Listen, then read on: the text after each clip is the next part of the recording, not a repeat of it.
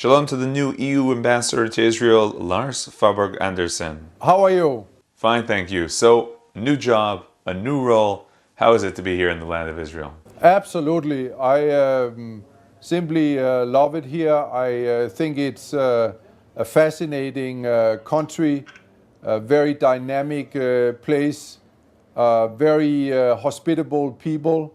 I like the job here. It's very political.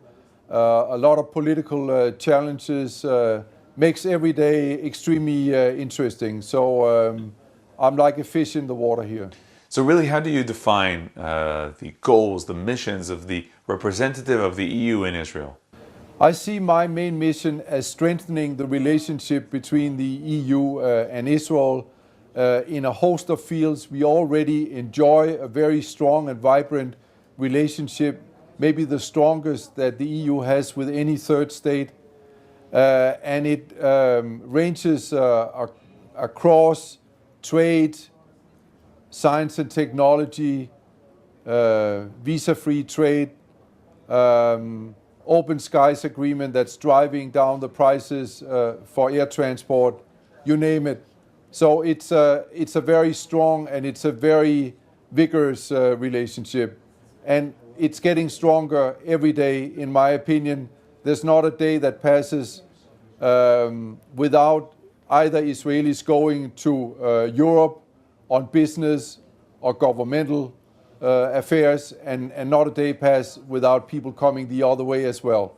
So I feel that it is a growing and strengthening relationship. Now, regarding the negotiations with the Palestinians, you are aware, of course, with the feeling that Israel is being pressured by the EU, pressured by Europe to make concessions, to endanger itself.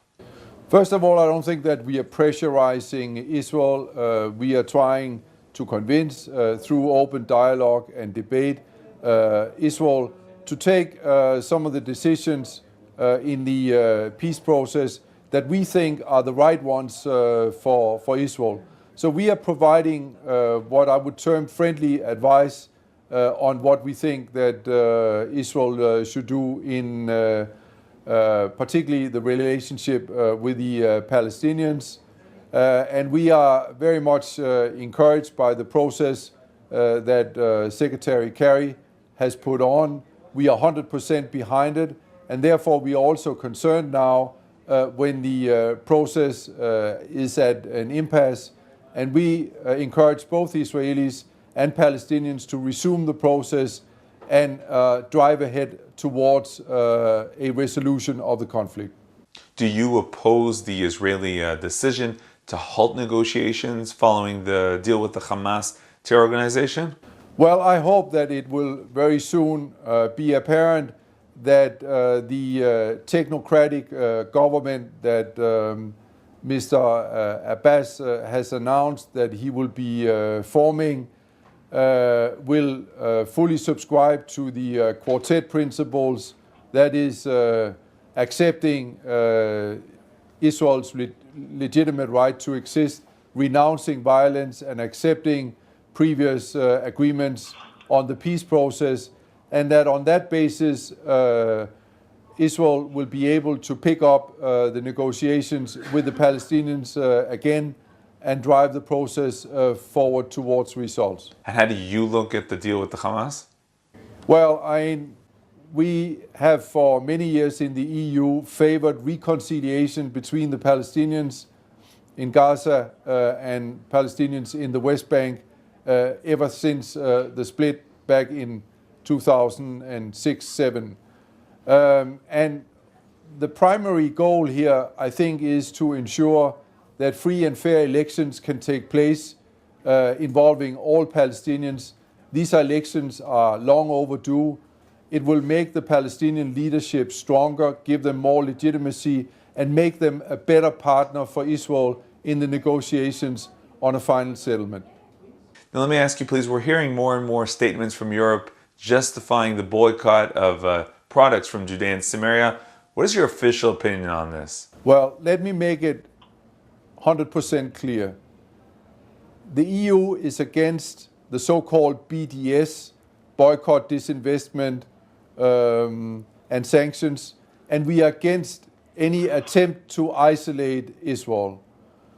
What we have done is that we have implemented our policy when it comes to settlements, which is a policy of disengagement from settlements.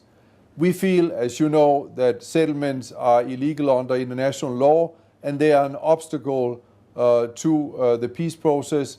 And for that reason, we have taken certain decisions, including to ensure that no European taxpayers' money are spent in settlements. This is despite the fact that this could harm Palestinians that are working in these factories. Well, I think there's a broader issue involved here, also because settlements are really an obstacle to the economic development of the Palestinian territories.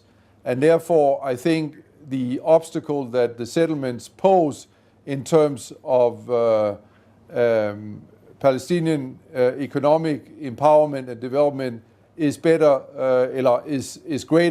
than the benefit that accrues to those Palestinian workers that are working on the settlement. You're saying that there's an obstacle to peace, although sometimes it seems that the only peace that is actually working is the economic peace between Arabs and Jews. If it's in Gush Etzion and Barkan, that sometimes seems to be the only peace that is actually working. Yes, because settlements are affecting over 60% of the West Bank. Settlements themselves are only taking up a few percentage of the territory, but the security parameters, roads and stuff like that are making it's taking up a lot more space. And this is space that could otherwise have been turned into productive use by the Palestinians in terms of expanding land under agriculture, mining, and so on and so forth. So I think that has to be taken into the equation as well. The World Bank has presented a number of studies showing that just giving the Palestinians a couple of percent more access would boost their GDP quite considerably. And you must keep in mind also that the European Union is the greatest and the biggest donor to the Palestinian Authority.